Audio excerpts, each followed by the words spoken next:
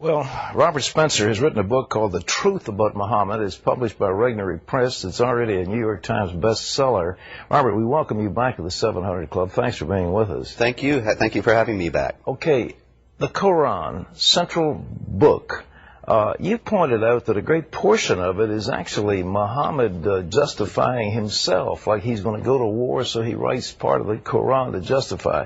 He wants to take his daughter-in-law as a wife, so he writes something to justify it. His little girl, Aisha, 9-year-old bride, is accused of adultery, so he does something to justify that. That doesn't sound like a book for all people of great moral truths. No, it certainly isn't, Pat. He got convenient revelations throughout his career, revelations that, as you say, they justified what he wanted to do. And as a matter of fact, Aisha, his wife, remarked on that. When he did take Zainab bint Jahsh, the wife of his adopted son, as his own wife, and justified it by a divine revelation, Aisha said, "It seems that Allah is always ready to rush to grant you your desires," and that is indeed the case.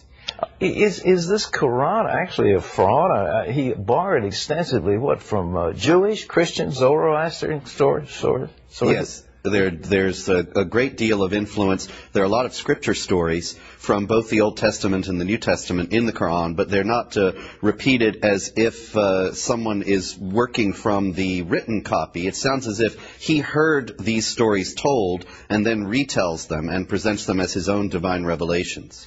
Are you willing to say on this program that this essentially was fraudulent, that these revelations that you said in one place they come from Satan? I mean, what is the source? Was he just deluded or what?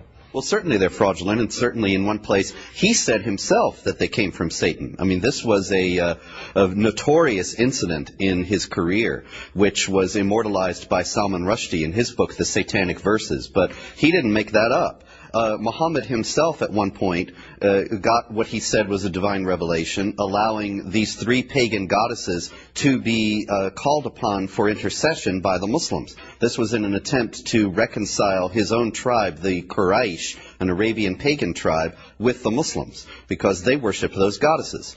But then he realized he had compromised his earlier message, which was a pure monotheism. And so he said Satan had inspired those verses within him, and he canceled them. Well, you know, the president, I think, has done the nation a great disservice by saying, quote, Islam is a religion of peace. It's actually a political system, isn't it? Oh, very much so, absolutely. As a matter of fact, the year 1 in the Islamic calendar is not when Muhammad was born or when he died or when he got what he said was his first revelation from God. The first year of the Islamic calendar is when Islam became a state, when Muhammad became a political and military leader. And Muhammad himself taught that the Muslims must wage war against unbelievers, offering them first, inviting them, in their words, to accept Islam, and if they refused that, inviting them to adopt the second-class status of the dhimmi, the second-class status that Jews and Christians suffered under for centuries under Islamic law, or third, to go to war with them. So conversion, subjugation, or war are Muhammad's orders for how to deal with non-Muslims, and that has been something that Muslims have obeyed throughout history. Robert, the West, a few years ago, you know, the famous Battle of Tours, when the Muslims were turned back at Tours and they began to recede into Spain, the West was united against this force. Right now, we don't seem to be united. We have political correctness. We don't want to call these people who they are. We say, oh, it's just the terrorists. It's not the good Muslims. Well, what's the deal? Well, there are peaceful Muslims, but unfortunately they do not have a leg to stand on in the teachings of Islam. All the sects of Islam that are considered orthodox and all the schools of Islamic law teach that warfare against unbelievers is part of the religion. We can be thankful that many Muslims don't pay attention to that, but we're deluding ourselves if we think that there is some benign core of Islam that does indeed teach peace. When Muslims say that Islam is a religion of peace, they're referring to the peace that will come to the world when the whole world obeys Islamic law, and that peace must be reached through violence.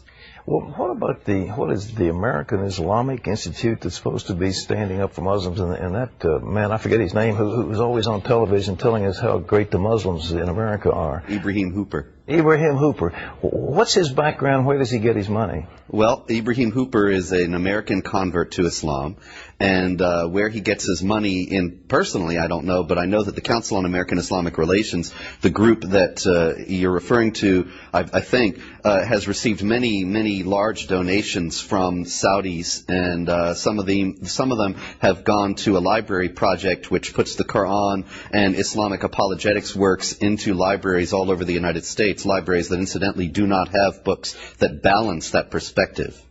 What are we going to do? We seem to, because we're failing in our Christian beliefs, we don't seem to have a core set of values that can stand up against this militant faith or militant system. What are we going to do to counter it? Well, I think we do need to do exactly that, to recover our own values, and not just Christians, but we need to group together, I think, all the victims and potential victims of the Islamic Jihad. Christians, Jews, Buddhists, Hindus, everyone come together and say, look, we believe in the equality of dignity of all people. We believe in the equality of rights of all people before the law. We believe in freedom of conscience. These are all principles that come from the Judeo-Christian tradition, and I think we need to stand up for them unapologetically and say this is being challenged by those who wish to impose Islamic law upon us, and we're going to resist. If we don't do it, what's the consequence? Then they will succeed, because it's not just a military struggle, it's a cultural struggle, and as you have pointed out, we are not united, and we are in danger of losing because we don't have the will to stand up to this. And then an Islamic law will be imposed, which is a very real possibility in Europe in the near future in some countries. Islamic law will be imposed that denies equality of rights of all people before the law, and will subjugate Christians and others under Islamic law as inferior citizens who do not have equality with the Muslims. And will subjugate women, obviously. Absolutely. As chattels. Yes. Okay. Robert Spencer, thank you. Ladies and gentlemen, you ought to read this. It's a small book, not a big, heavy book, but it tells some things that you need to know about this. And when people are talking about Islam being a religion of peace, this is baloney. It just isn't. It just isn't. And Muhammad in the Quran is teaching warfare. So at the core of this faith is militant warfare against those who are not under submission. Islam means submission. It doesn't mean peace, it means submission. That's what Islam is. And they divide the world into two parts. Dar al-Islam, the world of Islam. The other is Dar al-Harb, the world at war. And if you're not under Islam, you're at war with them. And that's the core teaching, not just of the Wahhabis, but of all the madrasas that are training these thousands of young people. So yes, they're moderate Muslims, for which we're very grateful, who really don't probably understand what the Quran says. But for those who do, it is violent jihad. And it's time America wakes up before it's too late.